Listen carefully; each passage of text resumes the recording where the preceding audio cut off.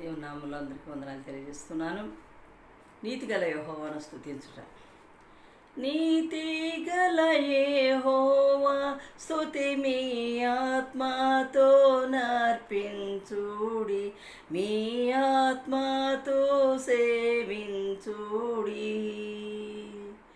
దాతాయో మన క్రీస్తు నీతిని దాల్చుకొని సేవించుడి. నీతి గల యెహోవా స్తుతి మీ ఆత్మతో నర్పించుడి, మీ ఆత్మతో సేవించుడి.